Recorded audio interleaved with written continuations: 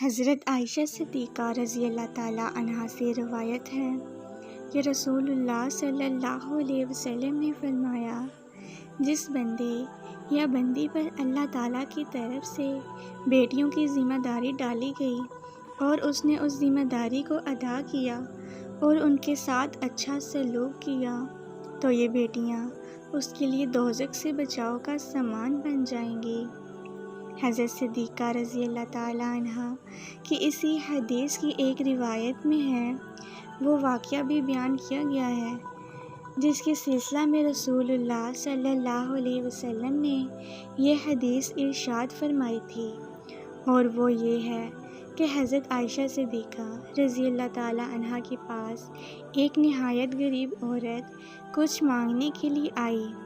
اس کے ساتھ اس کی 2 بچیاں بھی تھیں۔ اتفاق سے ان کے پاس اس وقت صرف ایک کھجور تھی۔ حضرت عائشہ رضی اللہ تعالیٰ عنہا بیان فرماتی ہیں کہ میں نے وہی کھجور اسی بیچاری کو دے دی۔ اس نے اس کھجور کے 2 ٹکڑے کر کے دونوں بچیوں میں تقسیم کر دیے اور خود اس میں سے کچھ بھی نہیں لیا اور چلی گئی۔ کچھ دیر کے بعد رسول اللہ صلی اللہ علیہ وسلم گھر میں تشریف لائے تو میں نے آپ صلی اللہ علیہ وسلم سے یہ واقعہ بیان کیا۔ اس پر آپ نے فرمایا کہ جس بندے یا بندی پر بیٹیوں کی ذمہ داری پڑے اور وہ ان کے ساتھ اچھا سلوک کرے تو یہ بیٹیاں آخرت میں اس کی نجات کا سامان بنیں گی۔ مطلب یہ ہے کہ یہ آدمی اگر بالفرض اپنے کچھ گناہوں کی وجہ سے سزا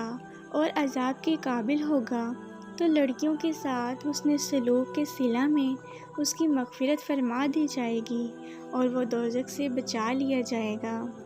حضرت عائشہ صدیقہ رضی اللہ تعالیٰ عنہا کی ایک دوسری روایت میں، جس کو امام مسلم نے روایت کیا ہے، واقعہ اس طرح بیان کیا گیا ہے کہ ایک بیچاری مسکین عورت اپنی 2 بچیوں کو گود میں لیے ان کے پاس آئی اور سوال کیا تو حضرت عائشہ رضی اللہ تعالیٰ عنہا نے اس کو 3 کھجوریں دی۔ اس نے ایک دونوں بچیوں کو دے دی اور ایک خود کھانے کے لیے اپنے منہ میں رکھنے لگی۔ بچیوں نے اس تیسری کھجور کو بھی مانگا تو اس نے خود نہیں کھائی بلکہ وہ بھی آدھی آدھی کر کے دونوں بچیوں کو دے دی۔ حضرت عائشہ صدیقہ رضی اللہ تعالیٰ عنہا اس کے اس طرز عمل سے بہت متاثر ہوئیں اور انہوں نے رسول اللہ صلی اللہ علیہ وسلم سے اس کا ذکر کیا تو آپ صلی اللہ علیہ وسلم نے فرمایا کہ اللہ تعالیٰ نے اس عورت کے اسی عمل کی وجہ سے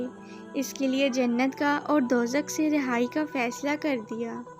ہو سکتا ہے کہ حضرت صدیقہ کے ساتھ یہ دونوں واقعے الگ الگ پیش آئے ہوں، اور یہ بھی ممکن ہے کہ یہ واقعہ ایک ہی ہو اور روایوں کے بیان میں اختلاف ہو گیا ہو۔